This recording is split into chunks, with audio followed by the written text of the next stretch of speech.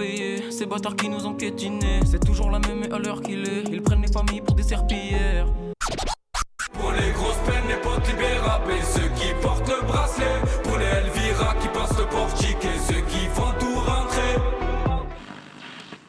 Parce qu'on a tous des proches qui sont ou qui ont été emprisonnés. Un frère, une voisine, une camarade de lutte ou un cousin. Parce que parfois, on a vraiment la rage contre la prison.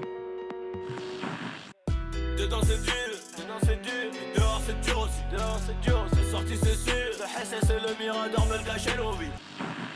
À chaque jour suffit sa peine, moi je respire en peine. Quand fait la sirène mon temps, ce soit à Fleury ou à Fresnes, le daron fait la tête, et moi je traîne seul dehors.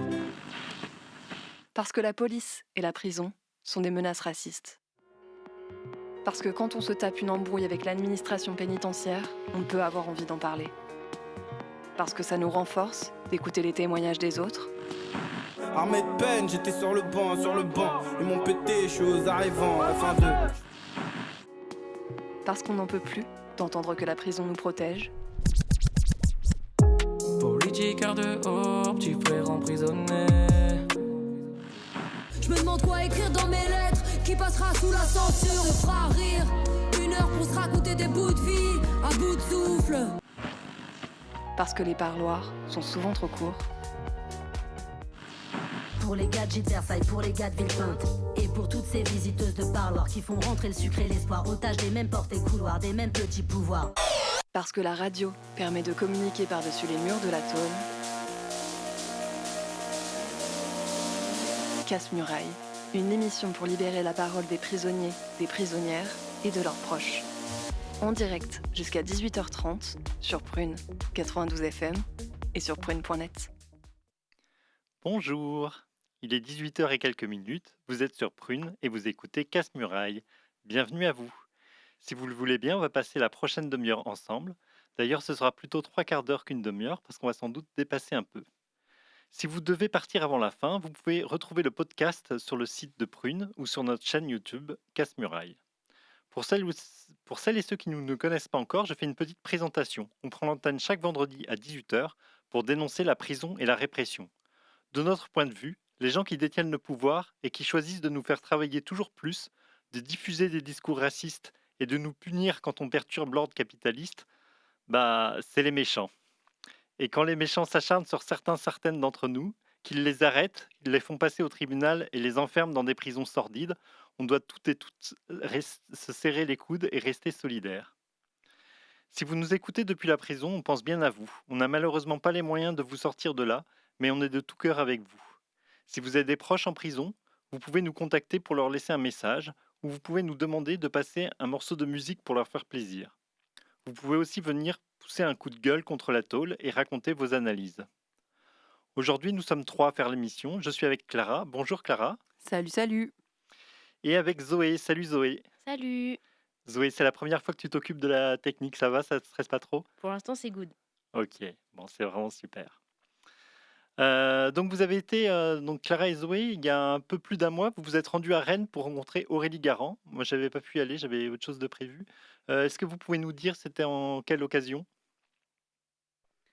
Oui, c'était un événement qui était organisé. Il me semble pas qu'il y avait une occasion spécifique, mais en gros, c'est la frappe de Rennes, 94 degrés à l'ombre, Justice pour Babacar et la CAC, qui est la coordination d'organisation anticarcérale à Rennes, qui ont organisé cet événement dans le but de rencontrer Aurélie Garand et qui avait des choses à raconter puisque la CEDH venait de donner raison à l'État français dans l'affaire judiciaire liée à la mort de son frère.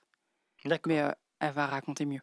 Ouais, vous avez profité pour faire un enregistrement de sa prise de parole. Du coup, on va pouvoir écouter.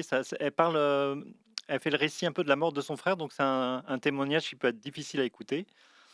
Et à la fin de l'enregistrement, il y a aussi une intervention d'Awa Gay, dont le frère s'est également fait tuer par la police, donc qui était présente à cet événement. Et du coup, on l'entend aussi dans le passage qu'on va vous faire écouter. Oui, Et- c'est ça, elle était aux côtés d'Aurélie pour témoigner également, puisque il me semble que le titre de l'événement, c'était sur les violences policières et pénitentiaires, en disant la prison tue, crève la tôle. Très bien. Donc, on va se retrouver tout de suite après ce son enregistré. Pour partager ton histoire, dénoncer ce que tu affrontes ou tout simplement envoyer de la force à l'intérieur, appel et SMS au 07 82 98 43 59. Bonjour tout le monde, puis merci à vous pour l'invitation, l'organisation, tout ça. Depuis le temps que je vais venir à Rennes, le jour J est arrivé et ça va être un grand plaisir. Moi je m'appelle Aurélie Garand, je suis l'une des sœurs d'Angelo Garand. Je vais redire qui était Angelo. Angelo, c'était mon frère et si on va parler pas mal de prison aujourd'hui parce que Angelo, il a été tué le 30 mars 2017 par une antenne du GIGN chez nous, devant mes parents, 5 balles visées dans le torse par une antenne du GIGN. Mais Angelo, il avait fait beaucoup de prison pour les délits mineurs. En fait, il était tombé dans l'engrenage carcéral. Et en fait, dès le départ de la lutte, dès les premiers instants de la mise à mort de mon frère, je savais ce qu'il allait... Je savais qu'il y a l'engrenage carcéral et après il y a l'engrenage aussi médiatique, après les crimes d'État. Et je savais que Angelo, il allait être catégorisé de gitan, en cavale, multiples condamnations et ainsi de suite, et ainsi de suite. Et tout au début de la lutte, je me suis dit, c'est pas un problème la prison en fait. C'est pas ça, c'est que leur excuse à eux de nous avoir envoyé le GIGN. Parce qu'Angelo, en 2016, il était en prison à Vivonne. Et en septembre 2016, il obtient une seule journée de permission pour maintenir les liens familiaux, alors qu'il n'y avait plus 2 heures de train pour venir de chez nous à lui. Et à cette journée, en fait, Angelo, il a décidé de ne pas rentrer, parce qu'il savait qu'en prison, de toute façon, il allait rester un moment et que c'était des conditions invivables. Il avait 37 ans quand ils l'ont tué. Il est rentré en prison la première fois, il avait 22 ans. Alors malgré qu'ils ont dit Angelo, il était ceci, Angelo, il était cela. La première fois qu'Angelo il rentre en prison à 22 ans, c'est pour une conduction permis. Et là, après, il a suivi l'engrenage carcéral par les peines, et ainsi de suite, et ainsi de suite. Pour au final que la mort vienne. Qui viennent, c'est pas la mort, c'est eux qui viennent lui donner la mort chez lui. Là, tu viens de dire que dans l'engrenage médiatique et tout de suite, il a été qualifié de gitan, etc. La question des voyageurs, souvent, c'est un peu un impensé. Personne n'en parle jamais, mais tout le monde est un peu raciste envers les voyageurs. En gros, et on entend... encore d'une vie, on entend tout un tas de mots qui sont plus ou moins péjoratifs et tout, et là on va pas vous faire la liste, on s'en fout. Toi tu utilises le mot voyageur. C'est quoi un peu ton rapport à ce mot-là? Est-ce que c'est quelque chose auquel tu t'identifies ou c'est plus un truc administratif et tu l'utilises parce que au moins les gens comprennent quoi? Et en fait, au début de la mort d'Angelo, on m'a posé beaucoup la question, qu'est-ce que c'était, comment tu t'identifies Aurélie, c'est quoi être voyageur? Et en fait, je voulais pas parler de ça. Et même à l'heure actuelle, je veux pas parler au nom des voyageurs. Mais 8 ans après, je me dis que je vais me le permettre puisque j'en suis une et que j'ai appris à en être fière. Et être voyageur, qu'est-ce que c'est? Alors c'est... Bon, déjà, c'est être un humain, comme tout le monde. Et c'est surtout pour moi ce que ça représente maintenant être un voyageur. C'est que l'État, voyageur, c'est le mot que l'État nous désigne, en fait. On est pointé du doigt comme une catégorie voyageurs, gens du voyage. Et quand l'État nous pointe en tant que gens du voyage, en fait, on est tout un tas de choses. Déjà, dans les institutions, un voyageur, c'est un voleur de poules. Je vous dis ça aujourd'hui parce qu'Angelo, quand il est passé au tribunal la première fois à 22 ans, pour sa conduite sans permis, on avait un avocat commis d'office. Et cet avocat commis d'office, on le connaissait. C'était un peu l'avocat de la famille, quoi. Et quand Angelo, le jour du procès d'Angelo, son avocat d'office amuse la cour, parce qu'en fait, c'est que ça, quoi. C'est un guignol qui amuse la cour en décrivant Angelo Garant, pauvre voleur de poules. Voilà. Du coup, nous, on a ri, en fait. Même avec Angelo, on en a ri pendant des années de ça. Voilà. Et en même temps, c'est, comme tout être humain, c'est aussi mettre cette étiquette qu'on nous colle, puisqu'on peut pas s'en défaire autrement, on n'y a pas vraiment réfléchi. Instinctivement, on se met cette étiquette-là et on en a ri beaucoup de ça. Angelo Garant, pauvre voleur de poules. Ça nous avait amusé, ça avait fait plaisir à la cour et tout ce qui s'ensuit. Mais le 30 mars, en fait, quand ils ont tué Angelo, le lendemain, en fait, quand je vois multirécidiviste, la prison, gitan, et tout de suite, il me revient, en fait, ce truc-là, cette anecdote de l'avocat qui pointe du doigt en disant ce n'est qu'un pauvre voleur de poules. En fait, il a fait ça pour le défendre, mais en même temps, il l'a mis dans la catégorie de ces gens-là. Et un voyageur pour l'État, en fait, il rentre pas dans la case. Nous ne rentrons pas dans les cases. Parce qu'Angelo, oui, il a eu un parcours dans l'engrenage carcéral et tout, mais je veux dire aussi aujourd'hui que tous les voyageurs ne sont pas des voleurs non plus, quoi. Je veux pas, raccrocher cette étiquette à ma communauté. Mais même si on travaille indépendamment, il y a beaucoup de voyageurs en fait qui créent leur entreprise. Le voyageur en fait il a le truc du système D, quoi. Il peut, comme beaucoup d'autres personnes aussi pauvres, en fait on est tous des humains de base et on se débrouille comme on peut. Et du coup je trouve que en fait le voyageur il rentre pas dans la catégorie que l'État veut nous mettre dans cette case. Et en l'occurrence pour Angelo il voulait le mettre dans la case prison sur laquelle il n'a pas voulu rester et il en est mort. En fait être un voyageur c'est être discriminé déjà à l'entrée. Moi quand j'étais petite je le disais pas. Il y a pas très longtemps en fait que je dis qui je suis, enfin mon appartenance. Je le disais pas parce qu'on m'a appris à pas le dire. Mes parents m'ont toujours dit ils ont pas besoin de savoir les autres. Et je sais maintenant pourquoi les autres ils ont pas besoin de savoir. C'était pour nous protéger. C'était pour pas qu'on soit mis automatiquement dans cette case. Ils sont ci, ils sont des voleurs, ils sont sales, ils sont rien en fait ces gens-là. Et en soi, pour Angelo, appartenir à la communauté des gens du voyage, en fait c'est ce qui l'a conduit à sa mort sociale par la prison. Mais ça l'a aussi conduit à l'intervention du GIGN le 30 mars, parce que en fait on nous fait intervenir une antenne du GIGN uniquement, et ça c'est dans la procédure, uniquement de base parce que on appartient à la communauté des gens du voyage. Et il est dit que Angelo il appartient à la communauté des gens du voyage, donc il est potentiellement armé, il est potentiellement dangereux, et il est potentiellement tout ce qu'on veut. Quand le GIGN il intervient chez nous, en fait ils interviennent vraiment chez les voyages, enfin c'est l'intervention chez les gens du voyage. Ils sont briefés en tant que tels, quoi. Attention, c'est des voyageurs, combien ils sont. En plus on est des voyageurs sédentarisés. Ils ont attendu, Angelo il vivait dans sa voiture pendant 6 mois. Pendant 6 mois, Angelo il se cachait pas, hein. Il allait où il voulait, il faisait ce qu'il voulait. Mais c'était convenu, l'interpellation a été prévue chez nous. Ils attendaient qu'Angelo il vienne nous voir.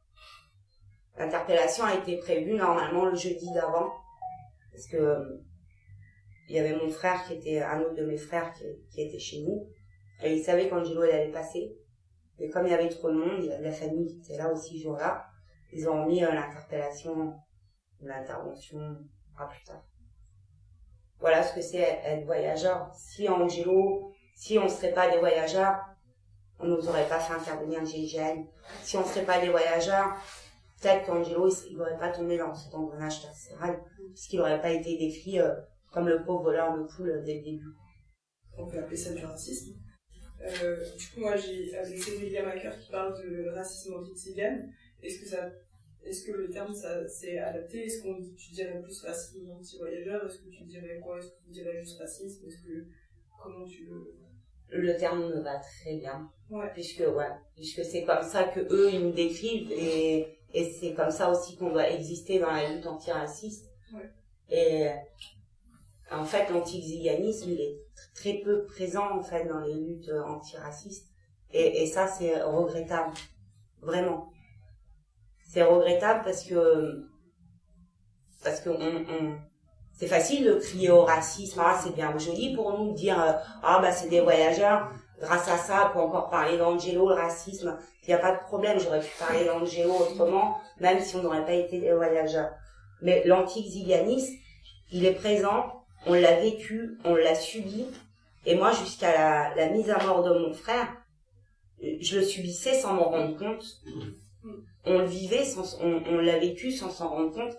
Et ce que je trouve regrettable, c'est que il a fallu la mort de mon frère pour que j'ouvre les yeux, quoi. Et en fait, l'antixiganisme, maintenant, je vous disais au début, je voulais pas parler de ça. C'était pas ma cause, je voulais juste faire un blog contre les violences et les crimes d'État.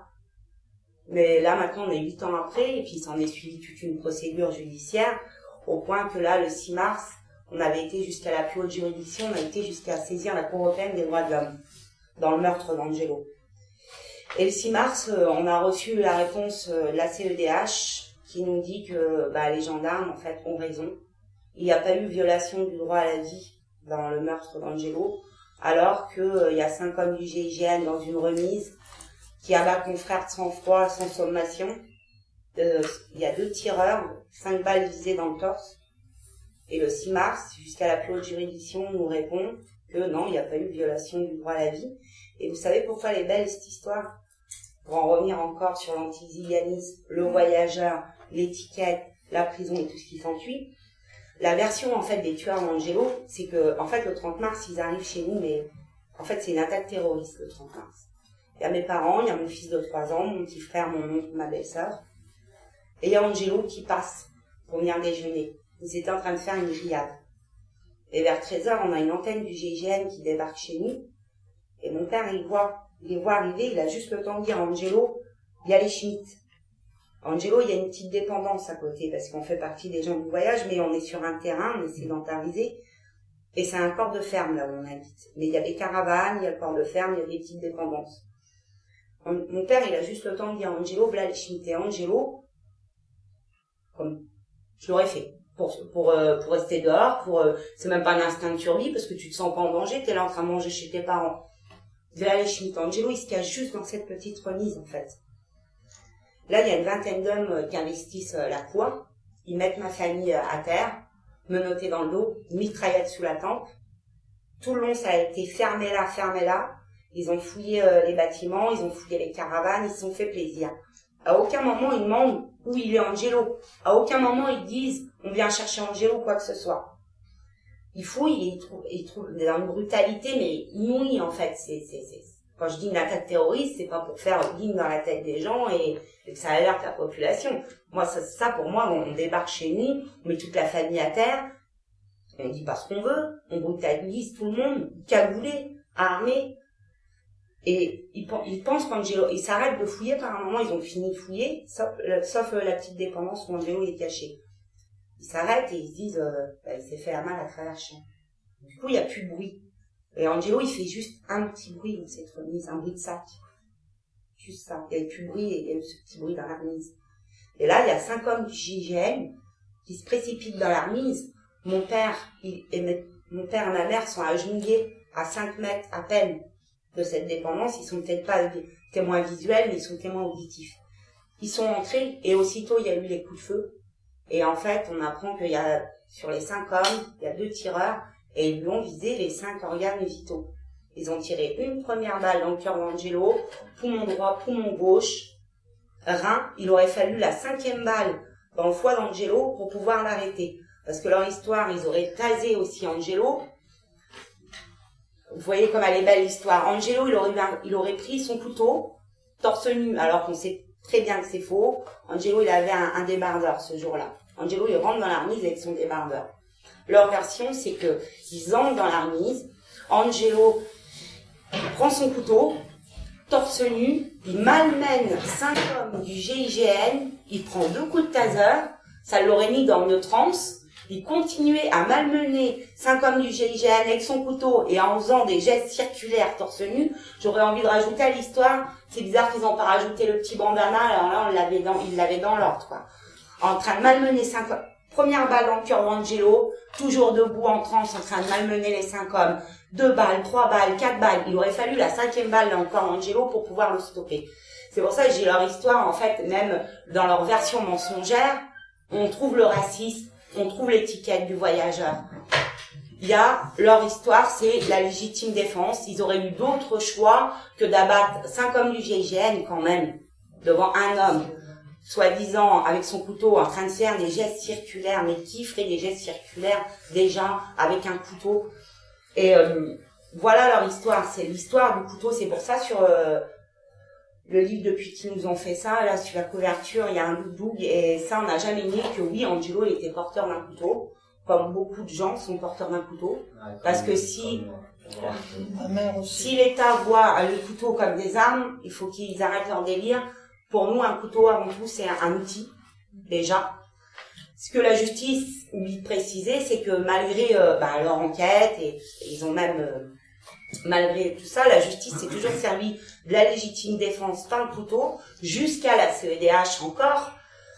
Et jusqu'à la CEDH, ils relèvent les analyses du couteau, pour dire qu'il y a son ADN, Angelo. Pas de problème qu'il y a son ADN sur son couteau, c'est tout à fait normal. Par contre, il n'y a pas ses empreintes sur son couteau, Angelo. Là, par contre, il y a un sacré problème. Mais dans la décision de la CEDH, ça, ils en font... Il passe l'éponge là-dessus, il n'y a pas ses empreintes, c'est pas grave, mais il a son ADN, c'est son couteau, et automatiquement, il s'en est servi, automatiquement, il a fait des gestes circulaires, il a malmené 5 hommes du GIGN, et tout ce qui s'ensuit. C'est pour ça que l'anti-zyganisme, maintenant, alors, 8 ans de lutte judiciaire, on a perdu, j'estime qu'on n'a pas perdu devant la justice, puisqu'on n'a jamais eu de procès public. J'estime que la justice n'a jamais voulu nous donner notre chance dans un procès public, parce qu'on avait quoi en fait, les avoir largement. Parce que quand on dit on a eu des non-lieux, en fait, on a eu des non-lieux, mais par ordonnance des non-lieux de bureau, en fait, des décisions de bureau. Jamais mes parents qui ont été témoins, qui sont des témoins, jamais ils ont dit leur version des faits. Ils l'ont dit pendant l'instruction, on a été reçus par la juge, mais par la juge d'instruction d'ailleurs qu'on nous a changé courant de l'été 2017 pour nous rendre le premier non-lieu en février 2018 signé par une nouvelle juge d'instruction, et c'est à ce moment-là justement qu'on apprend que dans l'affaire d'Angelo, il y a eu une nouvelle juge d'instruction nommée et nous on n'a pas été informés de ça, quoi. Donc l'anti-zyganisme, maintenant je me dis en fait ainsi soit-il, si on n'a pas eu justice pour Angelo, mais le combat se veut plus grand. Et en tant que voyageur, en fait, on a le droit d'exister. Et surtout, on se doit de lutter maintenant et de dire, et de faire bloc, parce que au début de la lutte, tu te rappelles, Awa, on voulait faire un bloc. Mais faire un bloc, on n'y arrivera que si on arrive à exister en tant que communauté. C'est pour ça qu'anti-zyganisme, ça me convient très bien comme terme. C'est pas terrible et c'est très intéressant ce que tu racontes, et tu le relèves dans ton livre quand tu parles de le fameux terme que tu relèves, la vérité judiciaire. Et c'est absolument terrible quand la vérité judiciaire en fait relève d'un mensonge. Mais le terme de vérité judiciaire, en fait, il vient pas nulle part. Le lendemain de la mort d'Angelo, on a le procureur en charge du dossier. Nous, en fait, ils tuent Angelo. Mes parents, il faut qu'ils aillent faire une déposition comme si c'était eux les coupables ou quoi que ce soit. Et nous, on n'a pas le droit de rentrer chez nous. Le corps de mon frère, il part à minuit à l'autopsie. Et le lendemain matin, on n'a toujours pas le droit de rentrer chez nous. Mais par contre, le lendemain matin, ils font pas une reconstitution. C'est ce qu'ils appellent, eux, une remise en situation. Du coup, on a le procureur, on a les tueurs, on a tous eux, chez nous, en train de rejouer la scène, en train d'arranger la scène, parce qu'il y a aussi modification de scène de crime. Il y a eu plein de choses, en fait, dans cette affaire. Et Et le lendemain, en fait, nous, on n'a pas le droit d'être chez nous, mais le lendemain, on voit quand même le procureur sur France 3. Lui, il parle. Lui, il parle d'Angelo. Il parle de légitime défense, tout de suite. Et lui, il parle de vérité judiciaire. Du coup, voilà quoi, vérité judiciaire, ça tilte pas plus que ça. Après, on rencontre Didier Fassin, qui écrit Mort d'un voyageur, et du coup, il reprend cette notion de vérité judiciaire. Et en fait, la vérité judiciaire, elle existe. La vérité judiciaire, c'est le travail de la justice. On est 8 ans après la mort d'Angelo, en fait. Alors, justice n'a pas été rendue à Angelo, mais j'ai envie de dire, la justice, elle a fait son travail. Parce que c'est ça, en fait, le travail de la justice. C'est de les couvrir. Le travail de la justice, c'est d'arranger les mensonges. Le travail de la justice, c'est de nous mettre des bâtons dans les roues pour pas qu'on aille la vérité. Le travail de la justice, c'est des non-lieux, c'est des non-lieux de bureau. Nous, dans notre idée de mortel, d'humain, on voudrait qu'il y ait la justice. Déjà, la notion de justice, qu'est-ce que c'est? Moi, avoir justice pour Angelo, c'était pas forcément non plus que les tueurs, ils aillent en prison. Puisque je me dis, puisqu'on lutte contre les prisons, on peut pas demander au bourreau d'aller en prison. Enfin, c'est pas juste, c'est pas logique, ça n'a pas de sens. Avoir justice pour Angelo, déjà, ça commençait par avoir un procès. Et qu'il y ait la vérité.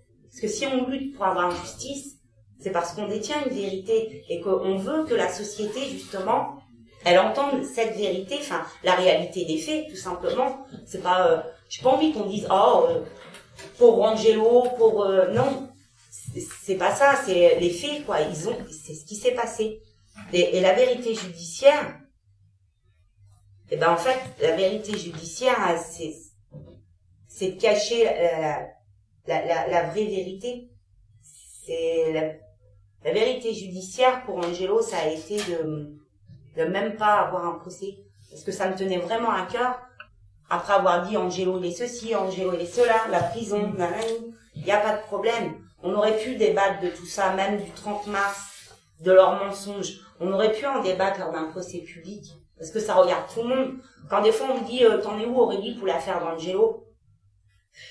Des fois je le prends mal. Parce que l'affaire, c'est pas ton affaire. C'est pas mon affaire, l'affaire d'Angelo. C'est comme Babacar, c'est pas l'affaire de Hawa. C'est l'affaire de nous tous. Pour Babacar, l'affaire de Babacar, c'est aussi mon affaire, c'est aussi notre affaire à tous. Parce que ça nous regarde, parce que demain, on n'est pas à l'abri que ce soit encore un de nos frères, un de nos fils, ou même nous, qui soient assassinés comme ça, et salis, et sans aucune dignité, comme si on n'était rien. Nous, il fallait parler de ce livre. Est-ce que ça a été évident pour toi de parler de ce livre? Est-ce que justement, ce livre, il était pour parler de cette vérité et de cette justice? Est-ce que tu as eu beaucoup d'entretiens avec plein de gens et tu as rencontré plein de gens dans l'écriture de ce livre? Est-ce que tu peux nous parler de ça, de ce que ça t'a apporté? En fait, toute la lutte aussi a attiré à nos rencontres, à nos belles rencontres, comme aujourd'hui. Et en fait, quand j'ai commencé, on m'a dit quand on marche pour un, on marche pour tous. Et en fait, quand on se bat pour un, on se bat pour tous. Et c'est ça, en fait, à emmener dans la société, c'est comme avoir un procès, c'est pour emmener ça dans la société. Et en fait, ce bouquin, il est bien parce que du coup, on peut le partager, on peut parler ensemble, on peut lutter ensemble. Et en même temps, il fallait l'écrire parce qu'il y a tellement à dire, surtout ce qu'on a vécu et pourquoi on en arrive là, que ouais, c'est vachement important.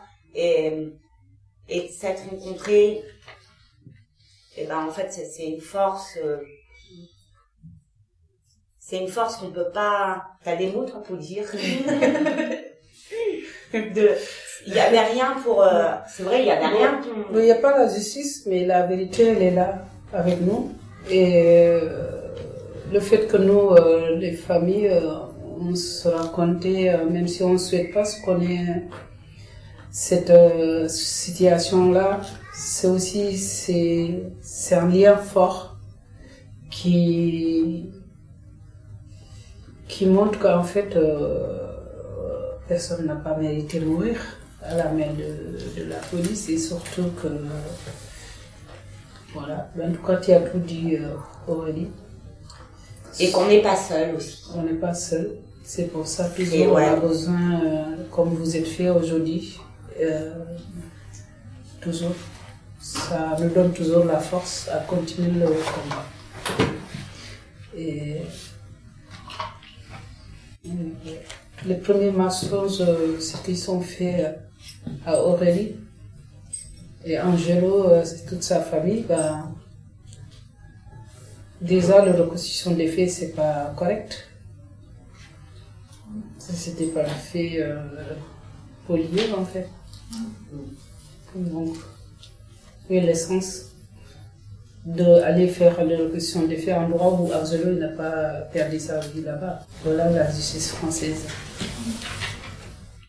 D'ailleurs, par rapport à ça, on a fait Désolée, aussi... Non, mais c'est bien. Par rapport à ça, on a fait avec un groupe d'enquête indépendant, ça s'appelle Le Génie. Je vous invite à aller voir sur YouTube. À partir de la base du dossier, c'est-à-dire de leurs mensonges, on arrive à prouver à plus B que c'est rien d'autre qu'une exécution. Ça s'appelle... Génie, c'est G-E-N-I. En majuscule. C'est une reconstitution en 3D, c'est nous qui l'a faite. Parce qu'en fait, si nous on fait rien, on nous donnera rien. On nous a jamais rien donné. C'est nous ensemble qu'on fait les choses. Qu'on a construit, qu'on existe. C'est grâce à nous, c'est pas grâce à eux. Yaka, Faucon, Tetaka, 13h12, l'heure de la dédicace aux forces du désordre. La police assassine, mais c'est sûrement de ta faute, t'as qu'à bien te tenir. T'as qu'à bien te tenir. T'as qu'à bosser, t'as qu'à bien te tenir. T'as qu'à bosser, t'as qu'à bien te tenir. T'as qu'à bosser, t'as qu'à bien te tenir. Te tenir. T'as qu'à bien te tenir. Sac à billet, t'as qu'à bosser, t'as qu'à bien te le dire. T'as qu'à boche, sac à bosser, que ça cabrou, pas cabochard, va câbler, cabane accablé. Abracadacap, cabochard, se fera macabé. Et si tout le monde déteste la police, c'est pas pour des amendes, c'est que t'es rien de plus qu'un bouclier qui tient debout ce monde. Et tu voudrais qu'on applaudisse le fait que tu défendes un ordre injuste et meurtrier. La veuve et l'orphelin, c'est tes maîtres qui les sèment. Les bons keufs, c'est sur TF1, en vrai personne les aime. Y'a que toi que tu impressionnes avec costume et matraque. Tu vas sauver personne, toi tu mets des prunes sur la 4, c'est pour le bien de qui? Les coups de cutter dans les tentes des types qui fuient les nations, ou la tienne à semer la guerre, ou quand tu les empiles dans les geôles puantes, des cracks qui servent de prison avant de les rejeter à la mer. Non, s'agit pas d'individus qui seraient nés hors mariage, c'est le métier qui fait le bâtard, quel que soit le projet qui y mène la vertu, la bonté ou comment tu l'imaginais. Star en soi, c'est protéger des criminels. T'as qu'à bosser, t'as qu'à bien te tenir. T'as qu'à bosser, t'as qu'à bien te tenir. T'as qu'à bosser, t'as qu'à bien te tenir. Te tenir, t'as qu'à bien te tenir. Sac à billet, t'as qu'à bosser, t'as qu'à bien te le dire. T'as qu'à boche, sac à bosser, que ça cabot, pas cabochard, va câbler, cabane accablé. Abracadacap, cabochard, se fera macabé. Ils chassent leur la loi, c'est juste ta raison. La démarche est valeureuse si on néglige tant que c'est au nom de la loi de ta putain de nation qu'ils ont aussi donné des feux, jouent des résistants. Un appel à l'aide, étouffé sous un genou. Quoi l'IGPN, merde, flic est un flic et s'en fout. Entre ce qui se passe en douce et ce qui est pris dans les phares, y'a bien 1312 bonnes raisons de mépriser les stars. Et nique ce qu'ils ambitionnent. S'il y a des bons flics, c'est ceux qui démissionnent. Tu veux quoi, qu'on les pleure? C'est quoi tes faces ici? Bien sûr qu'ils ont un cœur, ouais, les faf aussi. Est-ce qu'il y a sous l'uniforme? On s'en bat les gonades, ils sont sûrement sympas avec leurs gosses, leurs chiens ou leurs chats. Mais c'est l'amour qui donne, n'empêche pas leurs grenades de mutiler ceux qui ne sont pas de la vie des bourgeois qui les emploient. Et toi, t'as qu'à bosser, t'as qu'à bien te tenir. T'as qu'à bosser, t'as qu'à bien te tenir. T'as qu'à bosser, t'as qu'à bien te tenir. Te tenir, t'as qu'à bien te tenir. Sac à billet, t'as qu'à bosser, t'as qu'à bien te le dire. T'as qu'à boche, sac à bosser, que ça cabot, pas cabochard, va câbler, cabane accablé. Abracadacap, cabochard, se fera macabé. Justice de classe, milice de merde. Il se peut que t'aies déjà peur d'eux, mais quoi qu'il se passe, tu risques de perdre. Pour peu que t'aies pas déjà perdu, alors autant se battre un peu, autant se débattre on peut. T'as qu'à bosser, t'as qu'à bien te tenir, t'as qu'à bien te tenir, t'as qu'à bien te tenir, t'as qu'à bien te tenir, t'as qu'à bien te tenir, t'as qu'à bien te tenir, t'as qu'à bien te tenir, t'as qu'à bien te tenir,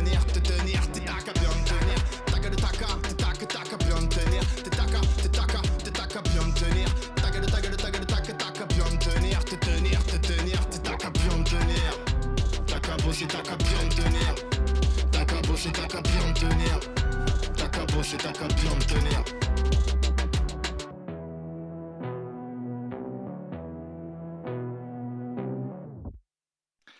Vous êtes toujours à l'écoute de Casse-Muraille. Avant le morceau de musique, on a écouté un témoignage du coup de Aurélie Garand. Et après, est-ce que vous pouvez donner les références de la musique? Moi, je ne l'ai pas. Ouais, c'était Ashton, 13h12. Merci beaucoup.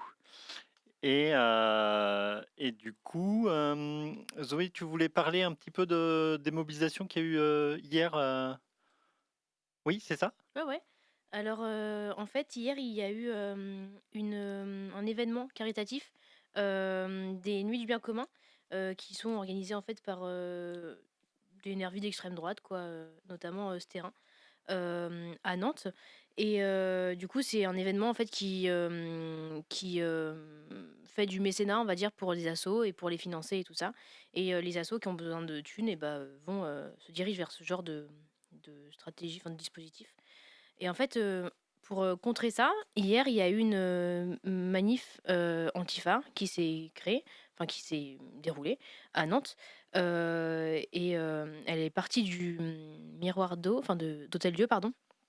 Et c'était une réussite en termes de nombre. Enfin, on était nombreux à manifester contre cet événement. Mais il y avait aussi un dispositif policier énorme pour juste protéger l'extrême droite et ses idées, en fait. Et en fait, suite à ça, le résultat, c'est, selon les médias en tout cas, 7 gardes à vue, et dont 2 préventives. Il y aurait encore une personne en garde à vue à Valdec, qui est le comico central. Quelqu'un aurait reçu aussi une ordonnance pénale suite à sa sortie de garde à vue, et d'autres sont sortis également sans suite. Mais en fait, tout ça, ça a été fait grâce à des signalements flous, en fait, qui ont été pas vraiment relayés au collectif d'anti-répression et de base arrière juridique nantaise. Et du coup, bah, peut-être qu'il faudrait être vigilant là-dessus pour être plus précis quand on voit des interpellations ou qu'on voit des violences en manifestation de la part des flics. Et c'est ce qui s'est passé notamment ensuite, à la fin de la manifestation. En fait, les flics ont nassé les manifestantes à Hôtel-Dieu, puis près des douves du château. Mais aussi ensuite, ils ont redéplacé tout leur effectif avec les manifestantes vers les grilles des voies ferrées. Et en fait, on s'est rendu compte que bah, c'était rigolo, ce genre de choix, parce que c'était un endroit qui était bah, éloigné de toutes les caméras et un peu à l'égard, enfin, un peu à l'écart de tous les regards, quoi. Donc voilà, encore un truc dégueulasse. Pas très réjouissant, je suis désolée. Et force à Saïle qui était en garde à vue. Et merci aussi, enfin, je tenais à remercier en tout cas les collectifs anti-rep locaux et même nationaux. Voilà. Bah, merci. Oui, Clara, tu avais quelque chose à nous raconter aussi. Oui, alors je voulais vous parler du mouvement qui se met en place, Justice pour Rayana. Rayana, en fait, enfin, je vous en parle aujourd'hui parce que hier, du coup, les proches de Rayana organisaient une manifestation réclamant justice pour Rayana à Barbès, à Paris. En fait, Rayana, c'est une personne qui a été tuée par un policier d'une balle dans la tête le 5 juin 2022, alors qu'elle était passagère d'une voiture. En fait, la voiture dans laquelle elle se trouvait, c'est des policiers municipaux à vélo qui ont voulu l'arrêter parce que le conducteur avait pas sa ceinture. En fait, le conducteur, il s'est pas arrêté, et donc les policiers municipaux ont poursuivi la voiture, brisé les vitres et ont tiré, je sais plus, 9 balles, je crois, dans la voiture. Le 5 mai 2025, donc il n'y a pas si longtemps, la justice a prononcé un non-lieu en faveur des policiers donc, qui ont tiré la balle qui a tué Rayana, en décidant que les tirs étaient nécessaires et proportionnés. Donc en fait, là, à cet endroit-là, la justice, elle reconnaît que le policier, il a tiré sur Rayana d'une façon mortelle, qu'elle était passagère dans la voiture, elle avait aucun rôle actif dans le refus d'obtempérer. Je dis pas ça pour dire que même si elle avait un rôle actif, ça aurait justifié de la tuer, mais pour insister à démontrer à quel point sa vie, elle compte pas dans cette affaire, elle n'est pas reconnue du tout par les juges. Et c'est encore une fois la démonstration du racisme d'État de la police à la justice. Donc ses proches, ils ont annoncé qu'ils allaient continuer à se mobiliser pour obtenir justice, qu'ils allaient faire appel, et il y a une cagnotte sur Internet qui s'appelle Justice pour Rayana pour pouvoir soutenir les proches dans leur démarche, enfin dans les frais qu'ils ont dans leur démarche. Et par ailleurs, ils élargissent un peu la mobilisation contre l'article 435-1 du Code de la sécurité intérieure qui a été créé en 2017. Aurélie Garand, elle en parle aussi dans la mobilisation pour faire reconnaître la mort de son frère, parce que les policiers ont obtenu aussi, enfin les gendarmes du GIGN ont obtenu aussi une relaxe sur le fondement de cet article, enfin des non-lieux d'ailleurs, parce qu'il n'y a jamais eu de jugement. Et je crois même que c'était la première fois, en fait, dans le cas d'Angelo Garand. Ouais, c'est ça, tout à fait. Et du coup, cet article, il a été créé en 2017 et il permet aux policiers et aux gendarmes de faire usage de leurs armes pour contraindre une personne ou un véhicule à s'arrêter dès lors qu'ils estiment qu'il représente un danger. Mais comme la notion de danger, elle est complètement elle est, à l'appréciation des juges, c'est Et des hyper... policiers avant les juges, ouais. Ouais. Mm. Et oui, je sais même pas en fait si les policiers ils s'emmerdent à se poser la question. Je pense qu'ils tirent et que après, s'ils se retrouvent avec une affaire, enfin, à devoir se justifier devant le procureur, ils réussissent à dire oui, mais il y avait un danger. Enfin, là, la personne, c'est qu'elle avait pas sa ceinture et qu'elle s'arrêtait pas quand ils lui ont demandé de s'arrêter dans l'affaire de Ryan. Donc il y a une personne qui n'a pas sa ceinture, punition collective, 9 balles pour tout le monde dans la voiture, et la justice, elle trouve que c'est une réponse proportionnée au fait que des gens se baladent avec une personne qui n'a pas sa ceinture. Je pense d'autant plus quand c'est des personnes qui ne sont pas blanches dans la voiture. Voilà, de toute façon, depuis 2017, il y a eu de nombreuses personnes qui ont été tuées dans des cas de refus d'obtempérer, comme dit la police. Évidemment, la police, elle contrôle grave au faciès les contrôles routiers, quoi. Ils sont faits de façon aléatoire, très raciste. Enfin, eux, ils disent aléatoire, mais c'est raciste. Et donc, forcément, cette loi, elle vient renforcer le racisme d'État aussi et augmenter les meurtres d'État. Et d'ailleurs, à Nantes, le 3 juillet 2018, au Breil, Aboubacar Fofana, il a été tué dans sa voiture par un CRS. Et c'est également, il n'y a également pas eu de poursuite de ce policier qui a dit oui, mais je lui avais demandé de s'arrêter et il allait redémarrer. Voilà. Bon, ça fait désolé, ça fait pas très réjouissant à chaque fois quand on parle de meurtre policier. On voulait faire un petit agenda. Est-ce que quelqu'un a préparé ça? Oui, Zoé? Oui, pour une touche un peu plus joyeuse, on a 2 événements à relayer, notamment, je commence par celui de demain, du coup. C'est le rassemblement mensuel Anticra qui aura lieu à 14h à Miroir d'Eau. Donc voilà, contre le centre de rétention administrative à Nantes, mais partout ailleurs. Et le vendredi, la semaine prochaine, du coup, le vendredi 13 juin, de 18h à 23h au Wattignies, il y a Isonomia qui organise un événement qui s'appelle Nantes, ville antiraciste, point d'interrogation, où il y aura plein de tables rondes et d'ateliers pour discuter de la thématique. Voilà. Ouais, j'ai carrément envie d'y aller. Je me dis, on va en parler un petit peu peut-être la semaine prochaine. On fera une émission qu'on enregistrera à l'avance, comme ça on pourra aller. Et puis vous pourrez l'écouter après coup, comme ça vous pourrez venir aussi pour les gens qui sont dehors. Ouais, et pour les gens qui sont dedans, on pourra vous raconter aussi l'événement la semaine d'après. Carrément. Et puis en attendant, Isonomia, c'est aussi un collectif qui a une émission sur Radio Prune qui s'appelle Angle Mort. Et du coup, faut pas hésiter à aller écouter leurs 10 podcasts de leurs 10 épisodes de cette saison. Ça passe le premier mardi de chaque mois. Lundi. Lundi, pardon. Mais la saison étant finie, c'est les podcasts maintenant, en attendant la rentrée. Eh ben, je pense qu'on arrive au bout de cette émission. On va vous rappeler nos contacts. Donc, notre numéro de téléphone, c'est le 07 82 98 43 59. 07, j'avais pas réussi à faire 2 fois de suite. 07 82 98 43 59. Merci. Vous pouvez nous écrire aussi par courrier. Ça peut être plus facile si vous êtes en prison. On a une adresse, vous pouvez écrire à Casse-Muraille chez B17, 17 rue Paul Bellamy, 44 000 Nantes. Et autrement, vous pouvez nous joindre par mail ou sur les réseaux. Vous pouvez nous trouver. C'est Casse-Muraille, ça s'écrit avec un S à la fin. Et ben on se retrouve la semaine prochaine, peut-être pas en direct. Et puis bon courage à vous et à bientôt. Oui, et je sais plus si on a dit, mais Aurélie Garand, c'était un premier épisode. Ah oui, c'est un premier épisode. Et si on a, on a le temps, on va finir le montage de la suite. Du coup, on vous passera la suite la semaine prochaine. Ciao. Ciao. Salut.